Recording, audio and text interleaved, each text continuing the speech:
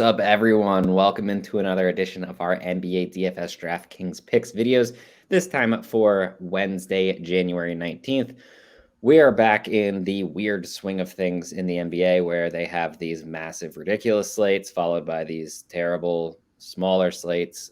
Tonight is going to be 13 games. Obviously, last night was 2 games. Tomorrow is 3 games. Then we have another big slate on Friday. Then we have another 3-gamer, I believe, on Saturday. And then I think we get back into the normal swing of things where they're kind of in the middle, I guess, 6 to 9 games, like basically every night. Even if we drop down to like 4, that's still a reasonable slate compared to these 2 gamers. But I am your host, Justin Bales, joined by Spike. How are you doing tonight? Not too shabby. Not too shabby. Did you enjoy the nice little 2-game slate here that we had? Oh, it's like I do the late night course, so I'm really not too unfamiliar with it. That being said, for this to be a main slate, it was just really ugly. Played light. We'll see what happens. Tough one to get behind, but we have 13 games tonight. This is ridiculous. A million different ways to go. Before we get into everything, if you enjoy the video, go ahead and give us a thumbs up. Subscribe to the channel. You can turn on the notifications so you don't miss anything. Also, drop your comments below. One of the big things you can do is just comment any player's name that you want to know about. Spike and I will be in throughout the day to try to answer any questions, or if you just drop a name, we'll try to tell you what we feel about that player tonight. It's a 13-game slate. We go position by position. It is impossible for us to hit every single good play for this slate. So just because we don't say anyone doesn't mean that we don't think that they're a good play. Also, slates change. There's 13 games. A lot is going to change. But for that, you can also get in our Discord for free, chatdfs.com, or you can grab our core plays package that is on the site, dfskarma.com, where you can also find our free articles along with the premium ones. You do get those premium articles, you get our projections, you get our premium Discord, and you obviously get the core plays all in the core plays package. So if you just go under the pricing tab on dfskarma.com, that is where you can find that. I am going to start up with some injury news. Now, obviously, there's quite a bit. This is a 13-game slate. It's not as ridiculous as some of the earlier slates this season with all the COVID news, but I'm just going to quickly break down basically everything that we're kind of looking at for the time being. Markelle Fultz out for the Orlando Magic. Wendell Carter Jr. is questionable. On the opposite side, Danny Green and Matisse Thybulle both out for the Philadelphia 76ers. DeAndre Bembry questionable for Brooklyn. Meanwhile, you have Paul Millsap, Nick Claxton, and Joe Harris all ruled out. James Johnson off of the injury report. Norman Powell is doubtful for Portland. CJ Elleby is questionable. And then you have Cody Zeller still out. For Miami, KZ Okpala, Markieff Morris, and Kyle Lowry have all been ruled out. Looks like LaMelo Ball is going to return for Charlotte. Kelly Oubre is questionable. Opposite side, Marcus Smart and Aaron Naismith, both questionable for Boston. Jordan McLaughlin still missing time for Minnesota. On the other side, Clint Capella and Bogdan Bogdanovic, both out for Atlanta. Killian Tilly, Desmond Bane, Dylan Brooks, Kyle Anderson, all out for Memphis. You have Drew Holiday is questionable for Milwaukee. Rajon Rondo, Lamar Stevens, both out for Cleveland. Lonzo Ball, Zach LaVine, Javonte Green, all out for Chicago. In Oklahoma City, the only major one is Kenrich Williams is out. On the opposite side, you still have Trey Jones missing time. Zach Collins also out. Kem Birch out for Toronto. Gary Trent Jr. questionable. For Dallas, Maxi Kleber and Reggie Bullock, both questionable. Donovan Mitchell and Hassan Whiteside, both already ruled out for the Utah Jazz. For the Los Angeles Clippers, Luke Kennard, questionable. Austin Rivers will return for Denver. JaMychal Green is out once again. In Detroit, you have Kelly Olynyk, who will continue to miss time. Frank Jackson also out. Tyrese Halliburton is out for the time being for Sacramento. Malcolm Brogdon and Jeremy Lamb, both questionable for Indiana. Obviously, you also have Miles Turner, who's missing time for them. And then on the opposite side for the Los Angeles Lakers, Carmelo Anthony is questionable. Anthony Davis also continues to miss time for them. That does it. That's quite a bit. Not as crazy as some of these slates earlier in the year, but a lot going on, a lot of questionable tags that are going to kind of, flip the slate a little bit depending on who gets ruled out and who gets ruled in. We are going to go over our favorite plays at each position, I guess. We'll go position by position, starting with point guard. Spike, what are you looking at here? Yeah, so I'm gonna try and keep this to about 6 or 7 players per position. Leave some meat on the bone for you. I think I think if you want to do anything up top, it's fine. I think probably Trey Young and DeJounte Murray probably stand out the most for me up there. Trey Young just there's no Capella, there's no Bogdanovic.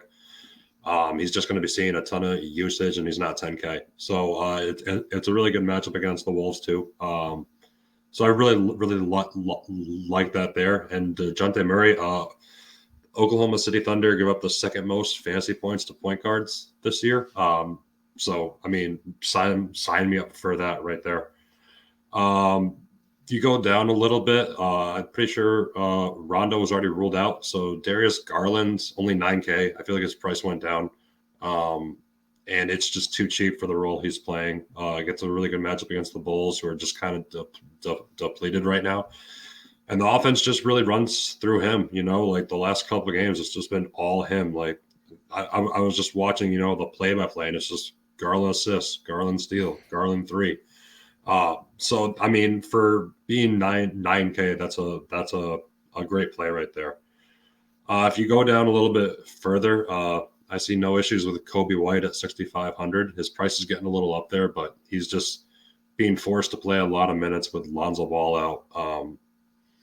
And the matchup isn't ideal, but he's going to be seeing upwards of 30 to 35 minutes. So I mean, you could interest me in that. You go down a little further, and this is probably one of my favorite. This is my favorite mid-tier play, and I was on him the last game, and he didn't do too well. But Mike Conley is only 6K. There's no Donovan Mitchell against a terrible Houston Rockets team who gives up the most fantasy points to point guards this year. So I really like that play there. I mean, that's probably about where I'm looking at there. I know there's some guys that you want to say. So Yeah, I think you outlined. I mean, there's so many good plays on this. It's so yeah, tough to come on here and be like, oh, I don't like anyone that you said. I liked literally everyone that you said. There's just so many good plays that I feel like we're gonna agree on so many guys. I think up at the top, Darius Garland at 9K, the price tag is so bad. And when you kind of look at Chicago, like they don't have a lot of their star players, so the defense isn't as good as I guess as good as you're anticipating that it would be. Like right. people might look at Garland and be like, oh, he's playing a really good defense. I don't want that, except for he's not. I mean, I think that Ayo Dosunmu is a really good defender. He's not going to stop Darius Garland, though, especially when Garland, without Rondo, averaging over 100 touches per game. It's ridiculous what he's doing. 9K is such a dumb price tag. No Tyrese Halliburton, De'Aaron Fox at 8,400. It's just too cheap. The matchup against Detroit's good. I really like that. I will try to jump down a little bit. Try not to go over, too many of the same players, but we could overlap. But getting a little bit cheaper, I do think that at 5,800, Ayo Dosunmu playing massive minutes. He played 38 in the game before. He played 40 in the game before that. In those two games, he scored 50 and a half and 43 and a half fantasy points. If you don't know Dosunmu from college, really, really good player. He's not necessarily taking over in terms of scoring. I know in the last two games, he scored 21 and 15, but he's only taken 12 and 10 shots. He's just been super efficient. Near triple-double in his last game, 10 rebounds, 6 assists. He also had 2 blocks and 5 steals. That's kind of where he's getting a lot of the upside from. And the same way that Chicago used him completely to guard Ja Morant. If you watch the game against Memphis, Dosunmu basically came in, stayed on Morant. They gave him legit at one point, I think it was like a 30-second break because he went out of the game. Ja Morant slammed down a dunk like crazy, and they immediately brought him back into the game. They're going to do that with Garland most likely, where Dosunmu is essentially covering Garland for basically as much of the game as he can handle. So it wouldn't be odd to see him play 40 minutes again. 5,800 is very expensive, but at the same time, like there's no real reason to worry all that much about it. Continuing down, Cory Joseph at 4,900. He's just been playing extremely well. Obviously, we don't know what he did last night because the game starts at 10, and we're recording this podcast now, which is essentially 10. I don't even actually know if the game has even started yet. But Cory Joseph has been playing very well. He's flashed quite a bit. If he gets 25 to 30 minutes, I do think that the price tag is a little bit too cheap against Sacramento. And then you have the Memphis guys. You don't have Desmond Bane, he's in the protocols. Dillon Brooks is also out. So if you want to take a look at either Tyus Jones, who probably gets more run, or De'Anthony Melton, both of them are way too cheap. They're both under 4K. I would assume they each pick up a few more minutes. And if that's the case, they're both just a little bit too cheap, I think, here. So that's plenty of point guards to look at. We can shift over to shooting guard. Who are you looking at here? Yeah. So, I mean, a lot of what we said, you can really use here in shooting guard too. So I guess I'll go over a couple of the ones that just aren't point guard eligible. Jaylen Brown at 8,600. It feels like it's a little cheap. It's a pretty good matchup against the Hornets. They don't really terrify me that much defensively, so I'm more than fine with taking a shot there. You go right there at the same price tag as Fred VanVleet at 8,600. 5 days ago, this guy was at 10K. So he's had a couple bad games, which I'll take it if that's going to bring his price down to this. Gets a matchup against the Mavericks. It's kind of right there in the middle. It's not great, not bad. You could definitely interest me in that. You already brought up Dosunmu. That was someone I was looking at for sure. At that same price tag as Bojan Bogdanovic for the Jazz, gets a matchup against the Rockets, who are just god awful at defense. And if this guy's shot is falling, his upside is just massive, and he can add peripheral stats too. So I really like that there. You go down more. Kevin Hoyter is only 5K. With the amount of injuries that the Hawks are dealing with, he's probably going to start and probably be locked into 25 to 30 minutes at least. And this is another guy that just, if he gets hot and his shot's falling, just massive upside. And for that price, it's just too cheap. Max Strus is at 4,200. This is going to depend on if he starts. They've kind of been rotating him and Duncan Robinson in and out of the starting lineup. So for me, it's more who starts, but Duncan Robinson's at 3,800, which is even better if he starts. Other than that, this is a real dart, and I really don't think you need to go here on this slate unless you're trying to fit in, some really high-priced center that I love. Malcolm Hill for the Bulls has been playing extended minutes with all their injuries right now, and he's only 3,300. I think he's played over 20 minutes the last 2 games, and it's a dart. He could play 20 minutes and just be doing wind sprints. But it's definitely worth a look in large field GPPs for sure. No, I completely agree with that. Really good calls at shooting guard. I actually do think that Malcolm Hill does come with some value at the price tag, and he's probably going to be locked into the bigger minutes. So I think that's fine. Some other options that I like here. One, Anthony Edwards against Atlanta at 7,800. It's just a little bit too cheap. It's a really good spot. D'Angelo Russell, too, with Patrick Beverley, assuming Russell starts at shooting guard. Atlanta really, really bad against shooting guards. So I would basically take any shooting guard in the league if they're going to get minutes against Atlanta at this point. And both Anthony Edwards and D'Angelo Russell are solid options. For the price tag, I feel like I slightly prefer Russell. I lied. I think I prefer Anthony Edwards a little bit more. I'm 50-50 at this point, everyone. If you can't tell, this is really a toss-up. They're basically the same price tag. I think Russell's like 200 cheaper. One of those two likely makes my lineup tonight. Way too early to confirm anything like that, 10:30 the night before. But it's such a good spot that I feel like one of those two is probably going to work their way in. As you go down a little bit, I think the very obvious option, he's probably going to be one of the higher owned players. Keep in mind, it's 13 games. So you're not going to have anyone that's owned at 80% or anything like that. But Terrence Davis at 5,300 is just a ridiculous price tag. No Tyrese Halliburton. He played 37 minutes in the last game, dropped over 40 fantasy points throughout the season. Anytime he's gotten bigger minutes, he's played extremely well. He's only 5,300. It's just kind of a really, really bad price tag. On the same team, Buddy Hield, coming off of 2 big games, 3 in his last 4, he's 6,300, so not nearly as easy to fit into your lineups, but still just way too cheap. So I do think that Buddy Hield will make an extremely good option on this slate as well.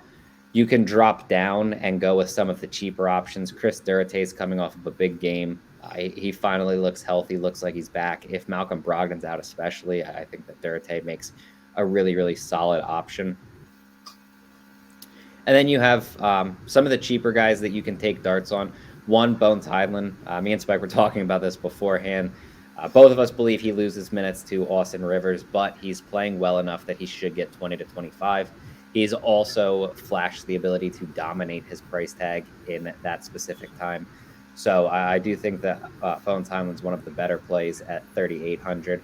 And then if you want to get kind of creative at 3,700, Jaylen Noel makes a really good option. He's found plenty of success. He can score in very limited minutes. So I do think that Noel is at least in play on this slate. Moving to small forward, we have, I don't know if you've noticed, but LeBron James has gone from center only back to point guard / small forward eligible. One of the weirdest things, I know the dude doesn't really have a position, but he's basically starting at center. He essentially runs point sometimes. Like, just give the man point guard and center eligibility. Move on. Why are we flip-flopping between all this stuff? Agreed. Who are you looking at this position, though? And do you feel, we say this every time, do you feel this is the weakest position on the slate again? I mean, honestly, I think it's a toss-up between small forward and power forward, but it's a forward nonetheless. Fair. It's literally always forward. Yep. I mean, I have no issues with LeBron at 11-3 against the Pacers. If they're going to stay in the game, it's going to be because of him. Underneath him, Jimmy Butler at 9,100 against the Trailblazers is a very good play, in my opinion. That offense runs through him. Portland doesn't have a good defense right now with all their players out. McCollum's just starting to come back, but doesn't really scare me too much yet. So I'm really interested in Jimmy Butler, especially with no Kyle Lowry. It just gives Jimmy a little bump. Other than that, I mean, you could interest me in Scotty Barnes at 6,400 against the Mavericks. This guy is really consistent in all of his games. He more or less always puts up about 30 to 35 fantasy points. I'm kind of just waiting for that big ceiling game, and I might just keep playing him until it happens. You go down a little bit more. Kessler Edwards, 4,300 against the Wizards. There's no Durant. This guy is a direct beneficiary to it. He's been seeing a lot of minutes. He can hit the 3-shot. He can get rebounds, blocks, and steals, almost all the categories. And it's just too cheap for 4,300. Right underneath him at 4,200 is Deandre Hunter. I always want to say Danielle. Deandre Hunter gets a matchup against the Timberwolves, and this guy is just still too cheap. He's going to be starting. He's probably going to be locked into 30, 35 minutes. It all depends on how much they really, really want to play him. I think it's his 3rd or 4th game back now. But, I mean, he's already kind of been forced into bigger minutes right from the get-go. So 4,200, too cheap. Really like that play. And then if you want to really go down there and save some more money, we'll go back to the Bulls here. Alfonso McKinney is at 3,400.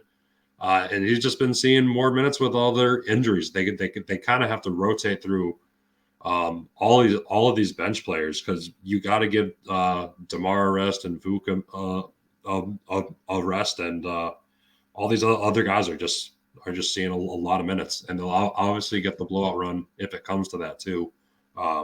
So that's more or less where I'm looking at. Yeah, McKinney actually has been starting for them, and yeah, he just doesn't really do all that much on the court. I feel like I would rather play Malcolm Hill, but I don't know. Agreed. McKinney he's safer in terms of minutes. He just doesn't ever do anything. So it's so tough. For me personally, I'm going to keep my small forward pool relatively small. I'm not going to repeat anyone that I already said at shooting guard because they do kind of mix and match. Number one play at 9,100, number one expensive option is Jimmy Butler. I mean, he just takes over the offense. He does a ton of assisting when Kyle Lowry's out. That's obviously the case. And he gets a really good matchup against Portland. So I do think that Jimmy Butler is a really good option. I think you absolutely nailed Scotty Barnes. We haven't really seen him pop off, and he's still exceeding value. It's just a matter of time before he just gets one of those games where his shot is just consistently falling. We haven't seen it yet. Don't necessarily love the matchup against Dallas, but I do think he's completely fine. Lou Dort, I love the matchup against San Antonio. The Spurs just push the pace. I think they're top 5 in the NBA in pace, and people kind of don't really realize that yet because Pop's always been so defensive and stuff. But it's a really good spot to attack for Lou Dort, who at 5,500 is just a little bit too cheap, at least in my opinion. I think you nailed Edwards fine, but truth be told, I don't see all that much reason to play him when you have DeAndre Hunter $100 cheaper. I think you can use both of them. I think that's a very viable strategy because, like you, I don't necessarily love forward. 13 games, you're going to have there's plenty of players to use, but I actually think that Hunter is one of the better options on this slate. And then, I mean, I can't believe you didn't talk about him. It just absolutely blows my mind that we're on this podcast and you didn't mention him. But John Conchar has to benefit from Bane and Brooks being out, does he not? And even if he gets 20 to 25 minutes, the dude can drop 40 fantasy points out of nowhere. He's one of the better plays on the slate. Conchar. Yeah, no, he's a really good play. How much is he? He's 3,600. 3,600. I mean, this guy, like you said, he could put up 40 fantasy points in 20 minutes. He's probably gonna be locked into 25 to 30 minutes. And he's a guy that can just add in all 5 categories: steals, blocks, rebounds, assists, points. The other night, I gave him the shout out. He had 17 rebounds. How does someone that size get 17 rebounds? So that's a great play right there. I honestly think I prefer him to almost any other 3K player. I don't think there's anyone in contention to him there. Yeah, you're right. I kind of missed him a little bit, but I'm glad you brought him up because it's a fantastic play. It really is, and I'm not sure if people are going to overlook him or not see him because of all the other plays at 3K. So I'm intrigued to see what he's going to be projecting at tomorrow or later on today, I should say. No, I completely agree with that. One of the big things about someone like Contra that we don't necessarily talk about all that much on this podcast specifically, and I feel like it kind of goes overlooked a little bit, but he is guard and forward eligible, which gives him essentially 5 positions in your lineup that he can fill. He can fill shooting guard, small forward, guard, forward, and utility. It just adds so much versatility because it's so much easier to get him in your lineup because there's just so many spots versus someone that's just obviously center only eligible is the least amount you can fill 2, but even forward, you can only, power forward only, you can only fill 3 spots with it versus the 5 that you could use for someone like Conchar. So just a little bit of versatility to add in there. But moving to power forward, who are you looking at here? I have no issues with Giannis up top at 12K. Memphis is going to have their hands full with him. You go down a little bit more, it's a little bit more of an obvious play that DeMar DeRozan at 9,200 is going to be locked into probably close to 40 minutes. It all depends on how close that game stays. But he's a great play. His price is getting a smidge up there, but again, he's just going to be getting so many minutes that he could easily pay it off. He doesn't have to share the ball with really anyone besides Vooch. So I really like that play right there. You go down a little bit more, and Kristaps' price tag didn't really move from the other game. 7,800 against the Raptors. I really like this play. Luka kind of balled out last game, and that's fine. But eventually, Kristaps is gonna kind of ball out, and I think this is a good matchup where he can. You go down a little further. John Collins at 7K is too cheap with no Clint Capella. I'm not really scared of the Timberwolves defense. So I personally think he's underpriced there. You go down a little bit further. Kelden Johnson at 5,500 against the Thunder. It's a really, really good play. I think we were both on him the other night, and he didn't do terrible. I'm pretty sure he hit value. So, and if he has a game like a ceiling game, like at 5,500, that's just too cheap. I feel like he could put up 55 fantasy points in a ceiling game. I mean, that might be a little bit of a hot take, but at least 40. You go down a little bit more. Darius Baisley re-entered the starting lineup the last game. He's 4,500. It's a little too cheap as long as he's starting. I don't mind the matchup against Spurs. It's not great. It's not terrible. But it's just pretty cheap at a weak power forward position. You go down a little bit more, and Danilo Gallinari at 4,200 for the Hawks. The theme is play a good amount of Hawks here, at least for me, at least two. 4,200 is a little cheap for the upside he brings, and he's going to be probably locked into 20, 25, 30 minutes probably. And again, the Timberwolves just don't really have that good of a defense. So, it's definitely the Hawks are definitely a team I'm looking to roster tonight because the Wolves are someone I want to attack. And then someone else who was just too cheap is PJ Tucker at 3,900 against the Trail Blazers. But that's probably about it for me. This position's weird. I agree with essentially what you said. I just have virtually no conviction on any of these plays. Like DeMar DeRozan, really good play. Domantas Sabonis, really good play. John Collins, really good play. They're all in good spots, or they have something working for them with guys out, and they're going to take over the offense more and stuff. But how good do you feel about playing any single one of those players? Not at all. Yeah, no. So, and that kind of goes for the entire position. Kristaps Porzingis, love the matchup against Toronto. They struggle against forwards. How good do I feel about playing Kristaps Porzingis tonight? I don't feel good at all. It feels really bad playing him. But no, I agree with all of the players that you said. I think that they all make sense. There's not even that many that I would add. The couple that really stick out to me would be one, Calden Johnson. I feel like is too cheap at 5,500.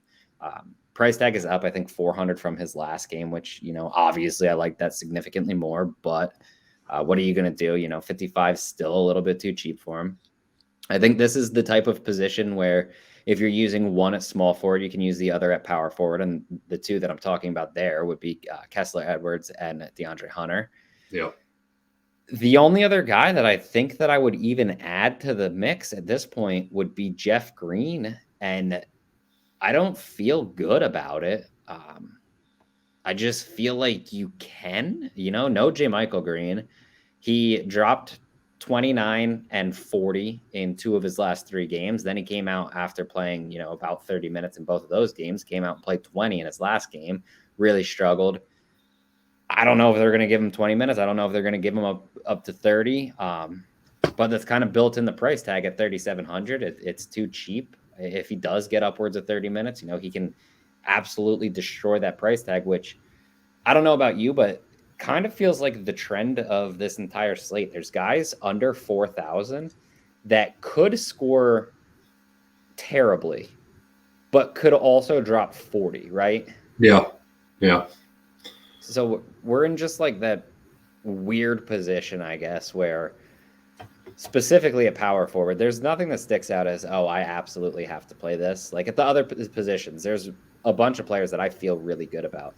At power forward, there's a bunch of players that I'm like, these guys are solid, but I'm not going to feel good clicking that button to put them in my lineup. So yeah. I don't know. That's just kind of where I'm at with the position in specific. We can move to center. Who are you looking at here? You know who my first guy is going to be. Joker gets a matchup against the Clippers, and there is just no one that's going to stop him. 12,400. It's really getting up there, but this guy averages 60 points. So, I mean, you just have to have him have something other than a floor game, which happens more times than not. So I really like him there. We have plenty of value elsewhere to kind of fit him in. You go down a little bit more. I think I'm going to skip a couple of these higher price guys, but Rudy Gobert at 8,500 against the Houston Rockets is a fantastic smash spot. Houston really struggles against the center position, and there's going to be no Donovan Mitchell. So I think they're going to give Rudy the ball a lot and just ask him to go dominate Christian Wood, which he's probably going to do 9 possessions out of 10. So I really like that play there. You go down a little bit more. Chris Boucher at 6,100 against the Mavs. They don't really have that many bigs. I mean, you got Kristaps and Powell, more or less. I guess you can throw Kleber into the mix, who's also quite questionable, by the way. But this guy's coming off the bench and seeing 25 to 30 minutes a game with Kem Birch out, and he's just kind of been lighting it up. He's getting up there in price, but I don't think a lot of people are going to touch him at that price. So I think it could be a pretty sneaky play. You go down a little bit more. Onyeka Okongwu is 4,600. Again, a matchup against the Timberwolves. They don't really scare me one bit. Towns doesn't scare me too much defensively. So you can definitely interest me there. But at the same time, 200 less. Day'Ron Sharpe is 4,400 against the Wizards. The Nets are dealing with their own injuries over there at center and power forward too. Millsap was just ruled out earlier today too, and this guy's already been starting. Was Aldridge ruled out? No, Aldridge is Back playing, but he also played against Cleveland, and Sharpe got 24 minutes in that game. So Sharpe's not going to play 30 minutes, I don't think, but he should see plenty. Claxton and Millsap are both out. Yeah, so I'm not worried about him not seeing 20 to 25 minutes there, and 4,400 is still too cheap for that amount of minutes and what he can do with them. I'm probably going to butcher this guy's name. Goga. Yeah, no. What talking for the Pacers? Yeah, dude. I'm going to butcher that hard. I believe it's Goga Bitadze. Yeah. What he said at 3,600 against the Lakers. Sign me up. They played, I think, on Monday, and after the first half, the Pacers kind of decided to go to this guy over Craig, over Brissett, over all of them.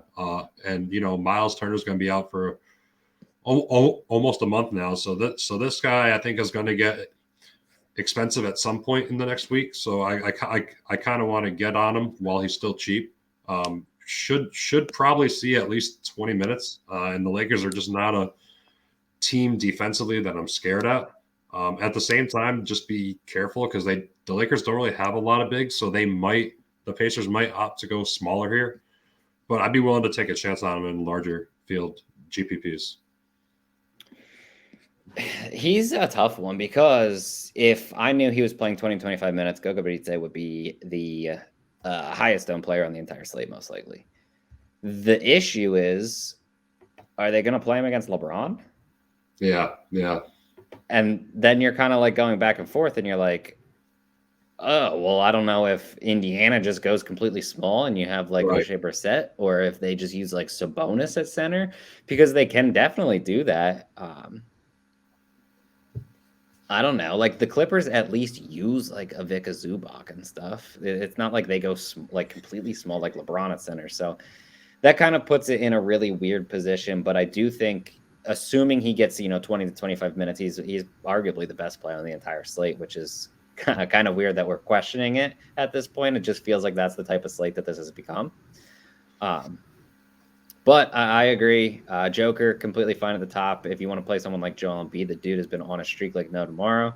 I can't believe that they didn't just force feed him the ball to get him the Sixers, the longest streak with 30-plus points. Yeah. absolutely insane that they would take him out. I believe he was like, what, 2 shots shy of getting that, and they benched him. Yep. Seems crazy to me. To each their own. A guy that you did not mention at 9,100, Pascal Siakam, still too cheap. 54, 65 in his last 2. The dude is balling like no tomorrow. Gets a great matchup against Dallas, who doesn't really have elite size. So this is going to be a really good spot for Siakam. One of the funnier things about Rudy Gobert, with Donovan Mitchell, he's averaging 7.7 field goal attempts per game. Without Donovan Mitchell, how many do you think Rudy Gobert's averaging this year? Now 10. 7.7. It literally is the exact same number.